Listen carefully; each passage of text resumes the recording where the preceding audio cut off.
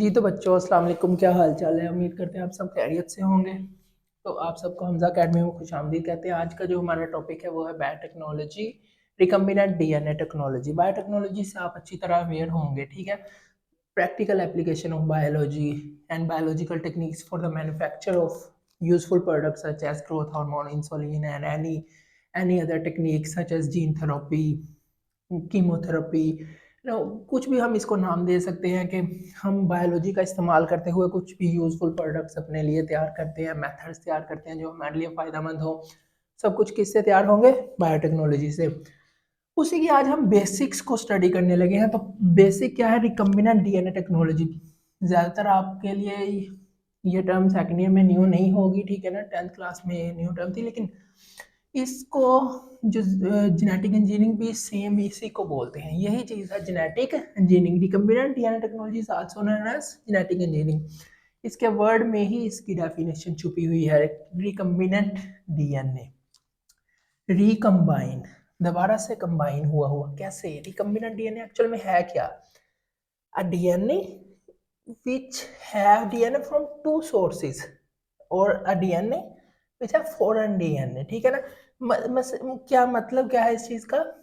Mixed DNA भी हम इसको बोल सकते हैं, जिसमें हम कोई भी दो ऑर्गेनिजम्स के डीएनए को आपस में मिला दें, जोड़ दें। एक का जीन लें, दूसरे डीएनए के अंदर उस जीन को डाल दें, उसका वहां से पोर्शन रिमूव कर दें। तो रिकम्बिनेंट डीएनए टेक्नोलॉजी क्या है? रिकम्बिनेंट डीएनए टेक्नोलॉजी वो टेक्निक है जो इसको सिंथेसाइज करती है, रिकम्बिनेंट डीएनए को, ठीक है। रिकम्बिनेंट डीएनए को सिंथेसाइज करती है रिकम्बिनेंट डीएनए टेक्नोलॉजी और genetic engineering. It aims at synthesizing recombinant DNA, ठीक है। रिकम्बिनेंट डीएनए क्या है? हम क्या करें, हमारे पास ये डीएनए है, ठीक है। ये दूसरा पोर्शन, दूसरा डीएनए है जी हमारे पास कोई भी,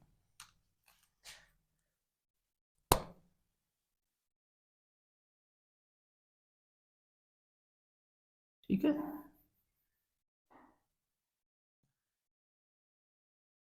ये हमारे पास क्या है जी? दूसरा डीएनए, ठीक है। हम क्या करना चाह रहे हैं? हम इसका ये पोर्शन यहाँ से रिमूव कर देते हैं, ठीक है। इसका भी रिमूव कर देते हैं। वो आगे टेक्निक से किस तरह हम रिमूव करेंगे? इसका ये जो पोर्शन है हम इसके अंदर यहाँ पे इंसर्ट करवा देते हैं। तो ये डीएनए इस टाइम क्या बन गया? रिकम्बिनेंट डीएनए, ठीक है। ये क्या बन, ये भी क्या बन गया? रिकम्बिनेंट डीएनए, ठीक है। इसके अंदर हमने इसका पोर्शन डाल दिया तो ये भी वही चीज बन गई, ठीक है। ये आपको बहुत ही वैसे ही इजी वे में एग्जांपल दे रहा हूँ। ये प्रोसेस इस तरह इतना सिंपल होता नहीं है। मैं ये बता रहा हूँ कि DNA which have a foreign DNA, जिसके अंदर कोई भी दूसरा पोर्शन हो डीएनए का, तो उसको हम क्या बोलते हैं? Recombinant DNA technology. अब ये हमारे लिए इतना यूजफुल क्यों है? मैंने आपको बताया था जीन के बारे में। जीन क्या है? जीन भी पार्टिकुलर सेगमेंट ऑफ डीएनए ही होता है, ठीक है। तो एक जीन जो है वो हमारे लिए खास प्रोडक्ट तैयार करता है। जीन्स जो है वो जब एक्सप्रेस होते हैं तो हमें यूजफुल प्रोडक्ट्स मिलती हैं, ठीक है। इस तरह इंसुलिन का जीन है, वो इंसुलिन तैयार करेगा, ओके। अब होता क्या है, हमें क्या ज़रूरत पड़ी है जी? हम इसको यहाँ से निकालें, इसके अंदर फिट करें या क्या करें? ये एक्चुअल में हम ये रिकम्बिनेंट डीएनए अपने फ़ायदे के लिए तैयार करवाते हैं। बायोटेक्नोलॉजी सारी क्या है, क्या हम अपने फ़ायदे के लिए यूज़ करेंगे। अब रिकम्बिनेंट डीएनए टेक्नोलॉजी हमें किस तरह फ़ायदा देती है? एक छोटी सी जनरल एग्जांपल आपको बताता हूँ कि फ़र्ज़ करें हमारे अंदर जो है वो इंसुलिन का जीन है, ठीक है।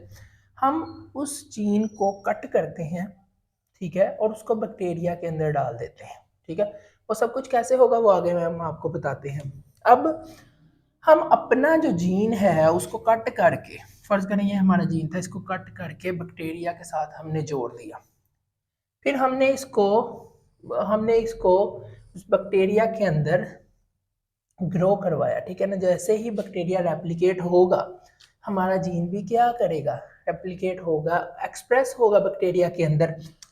बैक्टीरिया क्या है, 2 मिनट के अंदर अगर अपनी 200 कॉपीज भी तैयार कर रहा है, तो जब उसका एक बैक्टीरिया से 200 बैक्टीरिया बन रहे हैं, ठीक है ना, 2 मिनट्स के अंदर, तो जब प्लाज्मिड के जरिए वो आगे रेप्लिकेट करेगा या जीन बनेगा, और वो जीन क्या करेगा, हमारी प्रोडक्ट को भी एक्सप्रेस करेगा।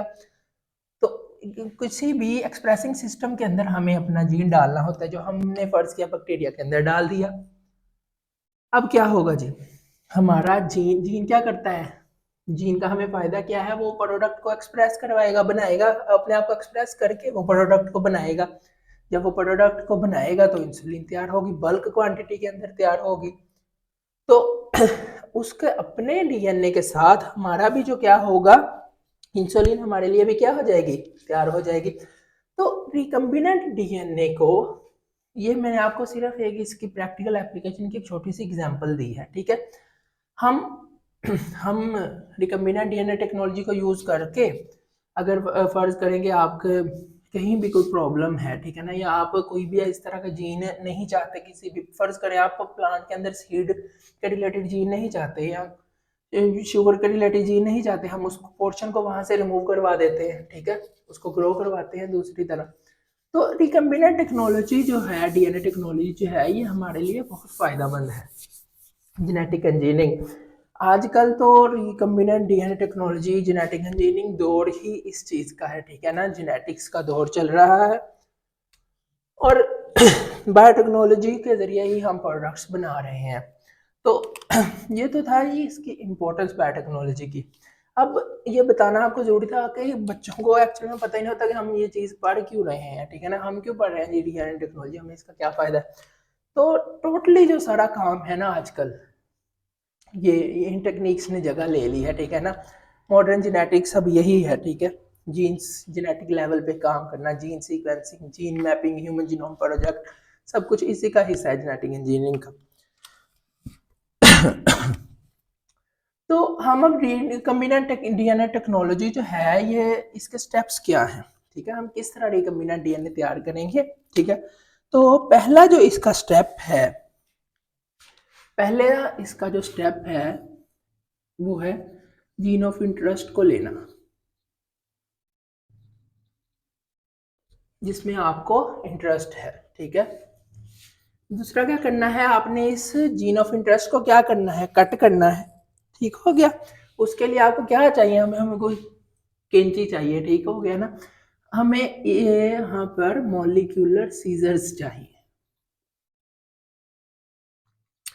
तो बायोटेक्नोलॉजी में हम ये छुरी कैंची तो लेके नहीं पहुंच जाएंगे उसको काटने जीन के लिए। एक्चुअल में इसको नाम मॉलिक्यूलर सीजर जो होते हैं, ये इंजाइम्स ही होते हैं, रिस्ट्रिक्शन एंडोन्यूक्लियेसिस, जो इसको स्पेसिफिक साइट्स पर काटते हैं। आगे चल के इनका भी जिक्र होगा अभी, ठीक हो गया। तो हमें मॉलिक्यूलर सीजर्स चाहिए। जीन को काटने के बाद हम उसको इसी तरह तो नहीं बैक्टीरिया के अंदर डाल सकते। फर्ज करें ये आपने एक जीन का पोर्शन काटा है, ठीक है ना, अब किसी भी चीज के अंदर इंसर्ट करना है आपने, ठीक है ना, जो एक्सप्रेसिंग सिस्टम है आपका, ठीक है ना। फर्ज करें ये बैक्टीरिया है, इसी के अंदर आपने अपना ये जीन जो है किसी तरह इंसर्ट करना है कॉपी करवाने के लिए, उसके जीन ये उसके डीएनए के साथ आपने इसको कनेक्ट करवाना है, फर्ज करें, ठीक है। ये बैक्टीरिया का है जी डीएनए, प्लाज्मिड है, इसी के साथ इसको कनेक्ट कराना है, तो हमें वेक्टर्स की जरूरत पड़ती है, ठीक है। ये क्या है, वेक्टर्स है। वेक्टर्स क्या है, मॉलिक्यूलर कैरियर्स होते हैं ये। इसकी एग्जांपल यूं ही समझा कि जिस तरह वैन है ना, उसने आपको लेकर स्कूल जाना है और आप जीन ऑफ इंटरेस्ट है, तो ठीक है ना, वैन में बैठ के आप जा रहे हैं जी, स्कूल पहुंच गया। हमें भी अपने जीन ऑफ इंटरेस्ट को कैरी करवाने के लिए कोई चीज चाहिए, ठीक है ना। तो वो ये इसको हम वेक्टर के साथ जोड़ेंगे, ठीक हो गया। वेक्टर के साथ हम इसको जोड़ेंगे जीन ऑफ इंटरेस्ट को। फिर इस अटैचमेंट के बाद, वेक्टर के साथ इसकी अटैचमेंट के बाद हम इसको होस्ट के अंदर इंट्रोड्यूस करवाएंगे।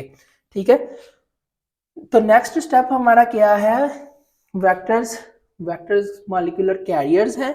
वेक्टर्स के बाद हमारा जो अगला ये जो स्टेप है वो है कि इस जीन ऑफ इंटरेस्ट और वेक्टर को हमने इंसर्ट करवाना है किसी भी एक्सप्रेशन सिस्टम के अंदर।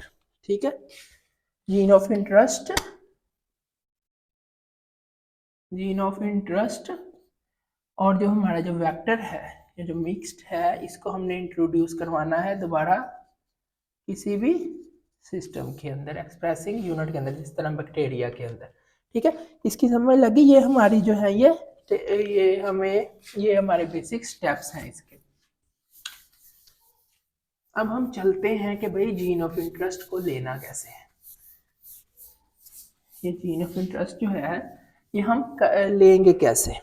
ओके, तो जीन ऑफ इंटरेस्ट को हम क्या कर सकते हैं, मैंने आपको क्रोमोसोम और जीन के बारे में बताया था। ठीक है, हम इसको क्या करते हैं, सिंपल सी बात है, हम इसको आइसोलेट कर लेते हैं क्रोमोसोम से। क्रोमोसोम आपको जिस जीन के अंदर इंटरेस्ट है, ठीक है, क्रोमोसोम क्या है, मैंने आपको उस दिन भी ये बात डिटेल में बताई थी कि एक्चुअल में हमारा यही तो इसके अंदर जीन्स होते हैं, डबल स्टैंडर्ड डीएनए जो है। जब क्रोमेटिन कंडेंस्ड होता है, हमारा डीएनए कंडेंस्ड होता है, तो यहाँ पे हमारे क्या होते हैं, जीन्स होते हैं। ठीक है ना, जीन्स ही तो, जीन्स को लेकर कंफ्यूज नहीं होना, सेगमेंट ऑफ डीएनए ही होता है। ठीक है, कोई खास फर्क और आपको ये जीन चाहिए। ठीक है ना, हम इसको यहाँ से ले लेते हैं, क्रोमोसोम से आइसोलेट कर सकते हैं। दूसरा मेथड क्या है, आर्टिफिशियली सिंथेसाइज कर लें आप।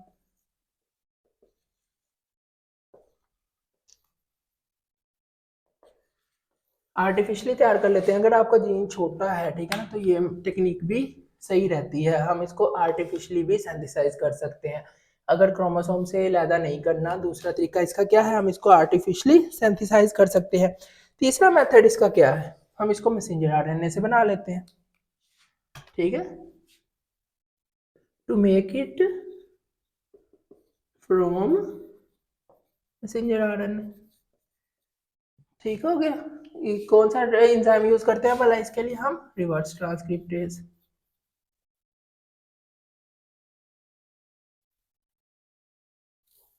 क्या करेंगे हम इससे अपना जो है वो जीन ऑफ इंटरेस्ट तैयार कर सकते हैं। तो ये तीन जो बेसिक है टेक्निक्स हैं या मेथड्स हैं जिसके जरिए हम क्या कर सकते हैं, अपना जीन ऑफ इंटरेस्ट जो है वो ले सकते हैं। ठीक हो गया, ये इस यहाँ तक आपको बात की समझ लग गई। ठीक है,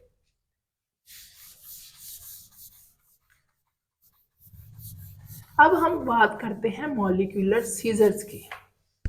ठीक है, एक्चुअल में ये जो हमने जीन को काटना कैसे है, मॉलिक्यूलर सीजर्स।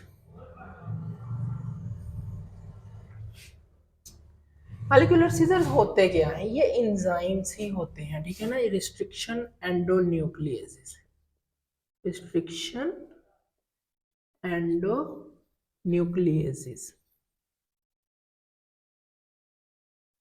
ये इंजाइम्स ही होते हैं जो बैक्टीरिया जो के हमारे जो डीएनए है इसको स्पेसिफिक साइट्स के ऊपर कट करते हैं। ठीक है, ये एंजाइम्स बैक्टीरिया के अंदर डिस्कवर हुए थे सबसे पहले। ठीक है, रिस्ट्रिक्शंस ये रिस्ट्रिक्ट करते हैं, रोकते हैं बैक्टीरिया की ग्रोथ को। ठीक है, इसलिए हम इनको रिस्ट्रिक्शन एंडोन्यूक्लियेसिस भी बोलते हैं। तो ये एक्चुअल में करते क्या है, ठीक है ना, इससे पहले हमें ये डीएनए को कट करने के लिए इस्तेमाल होते हैं। ठीक है, उसको पोर्शन को, इससे पहले मैं आपके सामने ना ये एक डीएनए का स्ट्रैंड। जी तो बच्चों, मैं आपको बता रहा था मॉलिक्यूलर सीजर के हवाले से। मॉलिक्यूलर सीजर जो है, ये जो रिस्ट्रिक्शन एंडोन्यूक्लियस एंजाइम्स हैं, ये डीएनए को कट करते हैं स्पेसिफिक साइट्स के ऊपर। यहाँ पे आपको टर्म पैलिंड्रोमिक सीक्वेंस की समझ आनी चाहिए। ठीक है, तो रिस्ट्रिक्शन एंडोन्यूक्लियस एंजाइम्स है क्या, the enzyme which are used to cut the DNA. ठीक है, होस्ट डीएनए, पैलिंड्रोमिक सीक्वेंस। हमें पता है कि जो हमारा डीएनए है ये बेसिस से बना है एडेनिन थायमिन के साथ, ठीक है, और गुआनिन साइटोसिन के साथ जुड़ी होती है, हमारा ये डीएनए का स्ट्रैंड है। अब यहाँ पे पैलिंड्रोमिक सीक्वेंस क्या है, आपको पता है डीएनए के 2 स्ट्रैंड्स होते हैं, ठीक है ना। यहाँ पे डीएनए के हमारे पास 2 स्ट्रैंड्स हैं। पैलिंड्रोमिक सीक्वेंस को रिकॉग्नाइज करना है रिस्ट्रिक्शन एंडोन्यूक्लियोसिस एंजाइम्स ने, और उन्होंने इसको यहाँ वहां से इसको कट करना है। अब ये पैलिंड्रोमिक सीक्वेंस है क्या, ये देखें, हमने 5 नोट से 3 नोट एंड पे रीडिंग स्टार्ट की, ठीक है। अब ये देखें, यहाँ से हम रीड करें AATT, ये देखें। अब हम 5 से यहाँ से इस एंड से 3 से हम इसको स्टडी करते हैं, ठीक है ना। अब ये देखें, इधर से हमने रीड किया AATT, यहाँ से ये देखें AATT, adenine adenine thymine thymine. तो वो वाली सीक्वेंसेस जो कि सेम होती हैं, ठीक है ना, रीडिंग करने पे दोनों स्टैंड्स की तरफ से 5 नोट से 3 नोट एंड पे, और यहाँ से दूसरे एंड से जब हम उनको रीड करें तो कुछ ऐसी सीक्वेंसेस होती हैं जो कि सेम अपीयर होती हैं डीएनए स्टैंड के ऊपर। इन सीक्वेंसेस को हम क्या बोलते हैं, पैलिंड्रोमिक सीक्वेंसेस। हमारे जो ये रिस्ट्रिक्शन एंडोन्यूक्लियोसिस एंजाइम्स होंगे, जिस तरह बैक्टीरिया के अंदर इकोलाई EcoR1 है, ठीक है, एंजाइम है, वो इसको यहां से कट कर देगा, ये पोर्शन को वो क्या कर देगा, कट कर देगा, ठीक है। हमारा जो रिस्ट्रिक्शन एंडोन्यूक्लियोसिस एंजाइम है, इस तरह से कट करने से स्टिकी एंड्स प्रोड्यूस होंगे हमारे पास। अगर हम देखें तो हमारे पास स्टिकी एंड्स प्रोड्यूस होंगे। ये देखें, अगर मैं इस पोर्शन को यहाँ पे दोबारा बनाऊँ ऊपर वाले को, ठीक है, उसी ग्रीन से ही बनाता हूँ ताकि आपको समझ लगे कि ये स्टिकी एंड्स किस तरह प्रोड्यूस करेंगे। स्टिकी एंड्स ऐसे एंड्स होते हैं जिसमें दूसरे एंड पे उसका कंप्लीमेंट्री बेस लगने के लिए पोजीशन खाली होती है। अब ये देखें, हमारे पास 2 पोर्शन तैयार होंगे, ये देखें, ये CGC, ये देखें GCG। अब ये देखें, यहाँ पे हमारे पास ये T रह जाएगा, हमारे पास T रह जाएगा, ठीक हो गया, ओके।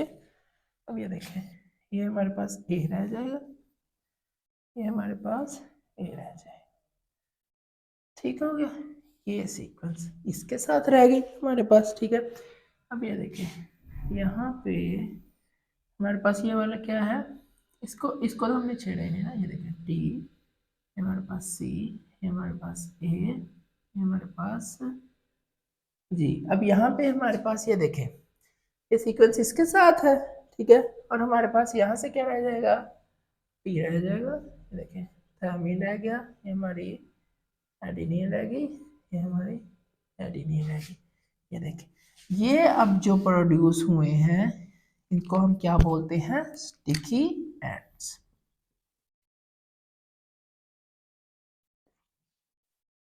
ये देखिए, ठीक है।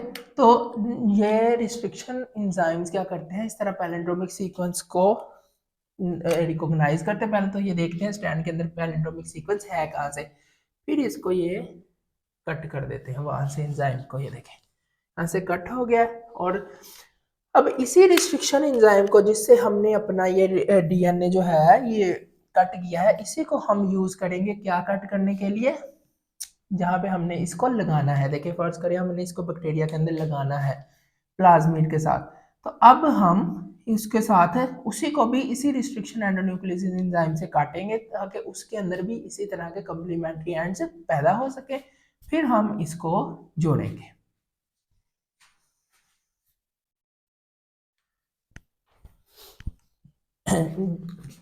जी तो बच्चों, अब हमने पैलिंड्रोमिक सीक्वेंस से अपने डीएनए को जो है क्या कर लिया है, कट कर लिया है, ठीक हो गया। वहां से हमने कट कर लिया रिस्ट्रिक्शन एंडोन्यूक्लियोसिस की मदद से। दूसरी बात मैंने आपको बताई थी वेक्टर की। वेक्टर क्या है, मॉलिक्यूलर कैरियर्स है, ये मैं आपको बता चुका हूँ, जिसके साथ हमने अपना क्या करना है, एंजाइम जो है वो जीन ऑफ इंटरेस्ट जो है वो लगाना है। अब इस तरह के वेक्टर की एग्जांपल है प्लाज्मिड्स। प्लाज्मिड्स क्या होते हैं? ये एक्स्ट्रा सेलुलर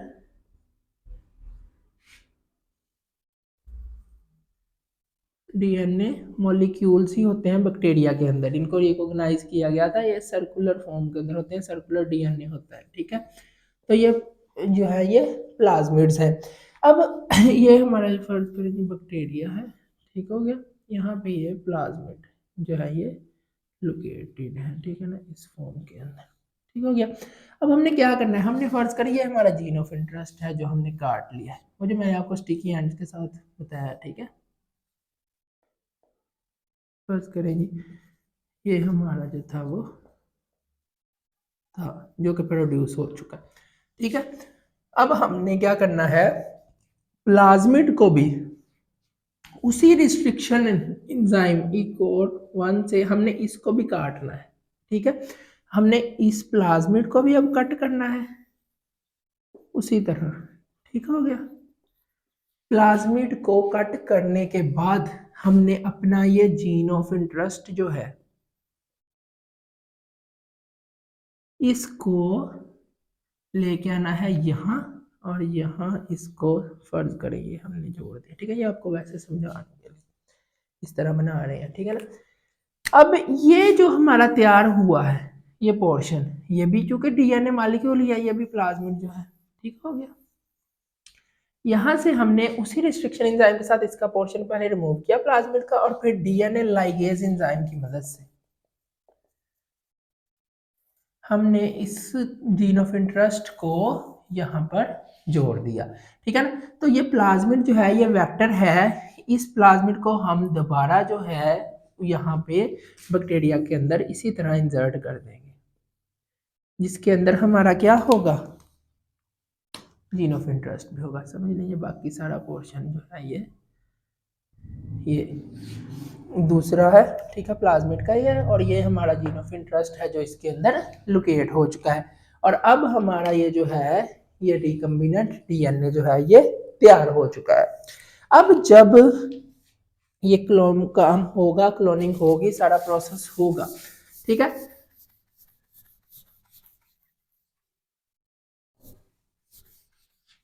ठीक है, अब हमारी क्या होगी, एक्सप्रेशन होगा डीएनए टेक्नोलॉजी का, ठीक है। एक दफ़ा अगर आपको ये इस बात की समझ नहीं आई तो मैं एक दफ़ा ये स्टेप जो है ये साइकिल बना के आपको दोबारा दिखा देता हूँ कि सबसे पहले हमने अपना जीन ऑफ इंटरेस्ट लिया, ठीक है, उसको रिस्ट्रिक्शन एंडोन्यूक्लियसिस की मदद से क्या किया, काटा। फर्ज करें ये हमारा स्पेसिफिक पोर्शन था, ठीक है। इसके बाद हमने इसको क्या किया, अटैच किया, अटैच विद वेक्टर। वेक्टर क्या था, प्लाज्मिड था। फर्ज करें ये हमारा जो बैक्टीरिया था, ठीक है ना, उसके अंदर ये जो प्लाज्मिड था इसके साथ हमने इसको अटैच किया, जो हमने फर्ज करिए ह्यूमन जीन है इंसुलिन का, ठीक है। ये फर्ज करिए पोर्शन है, डीएनए सेगमेंट है, जीन है हमारा। प्लाज्मिड को भी हमने किस से कट करना है, cut with same enzyme which was used for the cutting of gene of interest। इसको भी हमने कट करना है, ठीक है। ये हमारा प्लाज्मिड है और ये हमारा जीन ऑफ इंटरेस्ट है, यहाँ हमने इसको जोड़ दिया। दोबारा इसको किसके अंदर इंसर्ट करें, किसी भी एक्सप्रेशन सिस्टम, यानी कि बैक्टीरिया के अंदर ही हमने, ये हमारा बैक्टीरिया, ठीक है ना, ये हमने जीन ऑफ इंटरेस्ट को डीएनए लाइगेज एंजाइम की मदद से इसके साथ जोड़ दिया है, दोबारा इसको एक्सप्रेशन सिस्टम के अंदर डाल दिया है। ये हमने सिर्फ इतना काम किया है कि एक ह्यूमन जीन जो था इंसुलिन प्रोड्यूसिंग उसको कट करके रिस्ट्रिक्शन एंडोन्यूक्लियोसिस की एंजाइम की मदद से पैलेंड्रोमिक सीक्वेंस उसने रिकॉग्नाइज की, कट किया, उसी से हमने प्लाज्मिड को कट किया, स्टिकी एंड्स को कनेक्ट किया आपस में, दोबारा से किसके अंदर डाल दिया, बैक्टीरिया के अंदर। अब जब ये बैक्टीरिया अपनी कॉपीज तैयार करेगा, सेवरल कॉपीज तैयार करेगा, तो हर एक में हमारा ये जीन ऑफ इंटरेस्ट भी क्या होता रहेगा, रेप्लिकेट होगा और ये अपनी प्रोडक्ट बनाएगा इंसुलिन। ठीक है, और ये आपको तो पता है कि बैक्टीरिया जो है वो कितनी तेज रफ्तार में अपनी ग्रोथ को कंट्रोल करते हैं। ठीक है ना, उनकी जो ग्रोथ है और उनकी जो स्पीड है वो कितनी ज़्यादा होती है। तो इससे हमारा भी जो जीन है वो क्या होता रहेगा, साथ ही एक्सप्रेस होता रहेगा। डीएनए लाइगेज जो है वो दो डीएनए को आपस में जोड़ने का काम करता है। रिस्ट्रिक्शन एंडोन्यूक्लियोसिस जो थे ये डीएनए को पैलिंड्रोमिक सीक्वेंस पे, स्पेसिफिक सीक्वेंस पे कट करने का काम करता है। ठीक है, ये हमारा जो सिंपल सा था ये था जी रिकम्बिनेंट डीएनए टेक्नोलॉजी। ठीक है, उसके बाद हमारा डीएन जीन जब एक्सप्रेस हो जाता है वो अपनी प्रोडक्ट तैयार कर लेता है, तो हमारा ये प्रोसेस जो है ये कंप्लीट हो जाता है। ठीक है, तो उम्मीद करते हैं कि आपको रिकम्बिनेंट डीएनए टेक्नोलॉजी के अच्छे से समझ आ चुकी होगी। रिस्ट्रिक्शन एंडोन्यूक्लियोसिस जो है ये एंजाइम जो थे ये बैक्टीरिया के अंदर डिस्कवर हुए थे सबसे पहले। ठीक है, प्लाज्मिड जो है, प्लाज्मिड के साथ हम इनको एज ए वेक्टर यूज करते हैं क्योंकि इनके अंदर ना रेजिस्टेंस होती है, एंटीबायोटिक रेजिस्टेंस होती है। ठीक है ना, इसलिए हम, और ये एक्स्ट्रा सेलुलर पोर्शंस होते हैं, सर्कुलर डीएनए होते हैं जो बैक्टीरिया के अंदर मौजूद होते हैं, हम इसके साथ अपना जीन ऑफ इंटरेस्ट लगाते हैं। इनके अंदर एंटीबायोटिक रेजिस्टेंस जीन्स भी होते हैं और इसके जरिए कनेक्ट करके हम इसको दोबारा बैक्टीरिया के अंदर लगा देते हैं। रिस्ट्रिक्शन एंडोन्यूक्लियोसिस की बात करें तो इस तरह के 400 एंजाइम्स जो हैं ये रिकॉग्नाइज हो चुके थे, लेकिन हो चुके हैं रिकम्बिनेंट डीएनए टेक्नोलॉजी में हम 20 एंजाइम्स को ही यूज करते हैं ये इसको कट करने के लिए। तो ये जो था ये हमारा आज का लेक्चर था। उम्मीद करते हैं कि आपको समझ आ गई होगी। इसी तरह की मज़ीद वीडियोस देखने के लिए हमारे जो चैनल है इसको सब्सक्राइब करें। शुक्रिया।